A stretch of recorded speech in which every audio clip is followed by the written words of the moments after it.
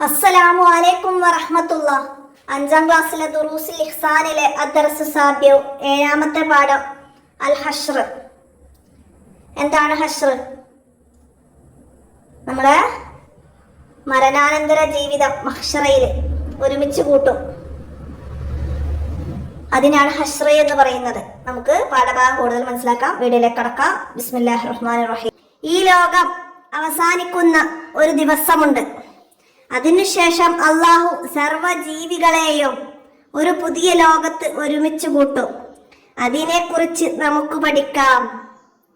ലോകം അവസാനിച്ചതിന് ശേഷം ഈ ഭൂമിയെ മറ്റൊരു ഭൂമിയാക്കി മാറ്റപ്പെടും. അവിടെ മനുഷ്യർ, ജിന്നുകൾ, മറ്റു ജീവികൾ എല്ലാവരും ഒരുമിച്ച് കൂട്ടപ്പെടും. ഇതിനാണ് ഹശ്ർ എന്ന് പറയപ്പെടുന്നത്. മഹ്ശറിലെ അവസ്ഥ, ആ ദിവസം എല്ലാവരുടെയും അവസ്ഥ എന്തായിരിക്കും എന്നറിയാമോ? ആ ദിവസം എല്ലാവരെയും ഒരുമിച്ച് കൂട്ടുന്ന ആ ദിവസം എല്ലാവരുടെയും അവസ്ഥ എന്തായിരിക്കും എന്നറിയാമോ?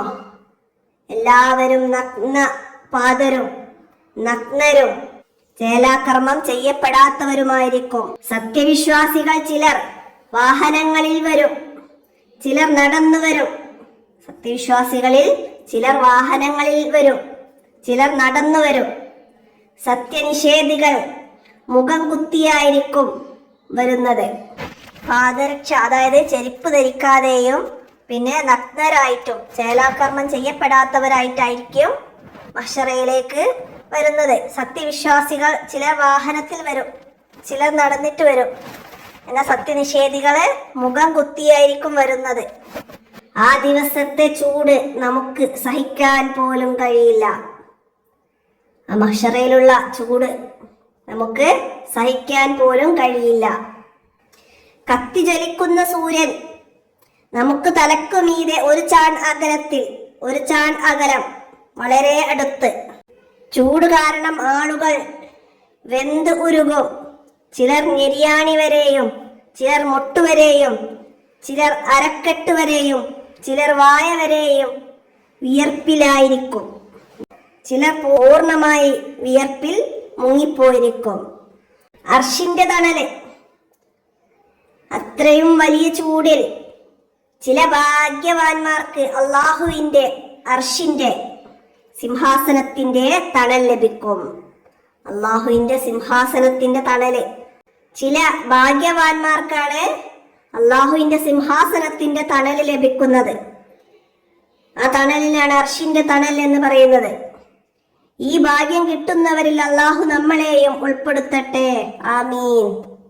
7 വിഭാഗം ആളുകൾക്ക് അള്ളാഹു തആല അർശിന്റെ തണൽ നൽകിയ അനുഗ്രഹിക്കുമെന്ന് ആരൊക്കെയാണെന്ന് നമുക്ക് മനസ്സിലാക്കാം. നീതിമാനായ ഭരണാധികാരി, അള്ളാഹുവിന് ഇബാദത്ത് ചെയ്തുകൊണ്ട് വളർന്ന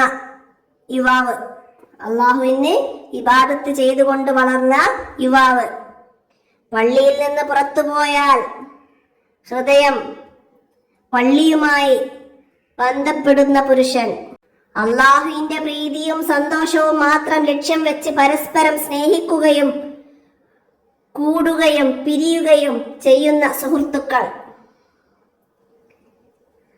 അള്ളാഹുവിന്റെ പ്രീതിയും സന്തോഷവും മാത്രം ലക്ഷ്യം വെച്ച് പരസ്പരം സ്നേഹിക്കുകയും കൂടുകയും പിരിയുകയും ചെയ്യുന്ന സുഹൃത്തുക്കൾക്കും അർശിന്റെ തണൽ ലഭിക്കും. ഒറ്റക്കിരുന്ന് അള്ളാഹുവിനെ ഓർത്ത് 2 കണ്ണിൽ നിന്നും കണ്ണുനീർ ഒഴുക്കിയവർ, അള്ളാഹുവിനെ ഓർത്ത് കരഞ്ഞവർക്കും അർശിന്റെ തണൽ ലഭിക്കും. വലിയ സ്ഥാനവും സൗന്ദര്യവുമുള്ള ഒരു സ്ത്രീ തെറ്റായ ബന്ധത്തിന് ക്ഷണിച്ചപ്പോൾ ഞാൻ അള്ളാഹുവിനെ ഭയപ്പെടുന്നു എന്ന് പറഞ്ഞ് പിന്മാറിയ പുരുഷൻ, വലത് കൈ കൊണ്ട് ദാനം ചെയ്യുമ്പോൾ അത് ഇടത് കൈ പോലും അറിയാത്ത രൂപത്തിൽ രഹസ്യമായി കൊടുത്തവർ, രഹസ്യമായി ദാനം ചെയ്തവർക്കും അള്ളാഹുവിന്റെ അർശിന്റെ തണൽ ലഭിക്കുമെന്നാണ് നമുക്ക് മനസ്സിലാക്കാൻ കഴിയുന്നത്. ഈ 7 കാര്യങ്ങൾ അല്ലാഹു തആല അർശിന്റെ തണൽ നൽകുന്നവരെ കുറിച്ചാണ് പറഞ്ഞത്. അത് മനസ്സിലാക്കി പഠിക്കട്ടാ.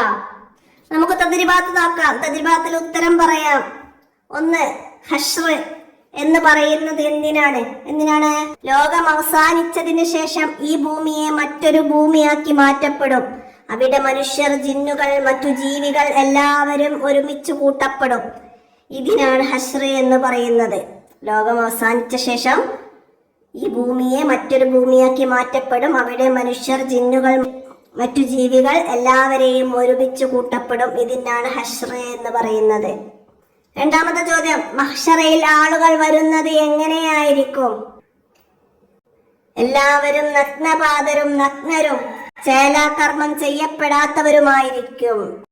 എല്ലാവരും നഗ്നപാതരും നഗ്നരും ചേലാകർമ്മം ചെയ്യപ്പെടാത്തവരുമായിരിക്കും. അപ്പൊ അത് രണ്ടിന്റെ ഉത്തരം മനസ്സിലാക്കി എഴുതട്ടോ. അടുത്ത മൂന്നാമത്തത്, അർശിന്റെ തണൽ ലഭിക്കാൻ നാം സ്വതക്ക ചെയ്യേണ്ടത് എങ്ങനെയാണ്? വലത് കൈ കൊണ്ട് ദാനം ചെയ്യുമ്പോൾ അത് ഇടത് കൈ പോലും അറിയാത്ത രൂപത്തിൽ രഹസ്യമായി കൊടുക്കുക.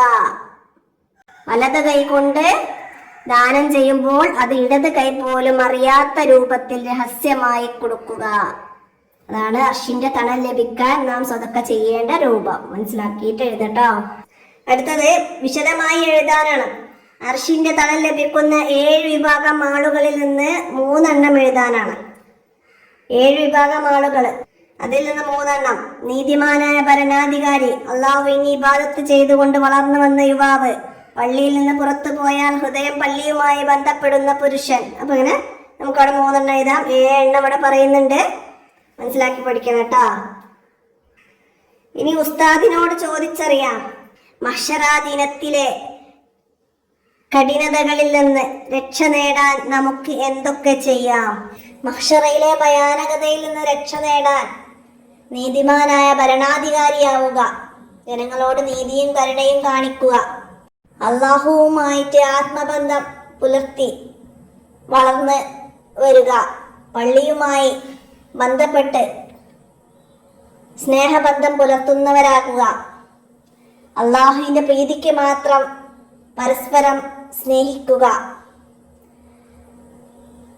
വ്യഭിചാരത്തിന് ക്ഷണിച്ചാൽ അള്ളാഹുവിനെ ഭയക്കുന്നു എന്ന് പറഞ്ഞ് പിന്തിരിയുക, രഹസ്യമായി ദാനം ചെയ്യുക, ഏകാന്തതയിൽ അള്ളാഹുവിനെ ഓർത്ത് കരയുക. ഇങ്ങനെയുള്ള കാര്യങ്ങളൊക്കെ ചെയ്യുന്നവർക്ക് മഹ്ശറയിൽ നിന്ന് രക്ഷ നേടാം. അടുത്തത്, മഹ്ശറയെ കുറിച്ചുള്ള ചിന്ത നമ്മുടെ ജീവിതത്തെ എങ്ങനെയാണ് സ്വാധീനിക്കുന്നത്? മഹ്ശറയെ കുറിച്ചുള്ള ചിന്ത നമുക്ക് ജീവിതത്തിൽ നല്ല കാര്യങ്ങൾ ചെയ്യാനും തെറ്റുകളിൽ നിന്ന് അകന്നു നിൽക്കാനും നമ്മെ സഹായിക്കും. മറ്റുള്ളവരോട് നല്ല രീതിയിലും കാരുണ്യത്തോടെ പെരുമാറാനും ഒക്കെ മഹ്ശറയെ കുറിച്ചുള്ള ചിന്ത നമ്മുടെ ജീവിതത്തെ സ്വാധീനിക്കുന്നതാണ്. ഇത്രയും കാര്യങ്ങളാണ് നമുക്ക് ഈ അൽ ഹശ്ർ എന്ന പാഠഭാഗത്തിൽ മനസ്സിലാക്കാനുള്ളത്. അപ്പൊ പാഠഭാഗം നന്നായിട്ട് മനസ്സിലാക്കുക. എന്തെങ്കിലും തെറ്റുകളൊക്കെ പെട്ടുപോകുന്നുണ്ടെങ്കിൽ കമന്റായിട്ട് അറിയിക്കണം. നമുക്ക് അടുത്ത പാഠവുമായി അടുത്ത വീഡിയോയിൽ കാണാം. അസ്സലാമു അലൈക്കും വറഹ്മത്തുള്ളാഹി.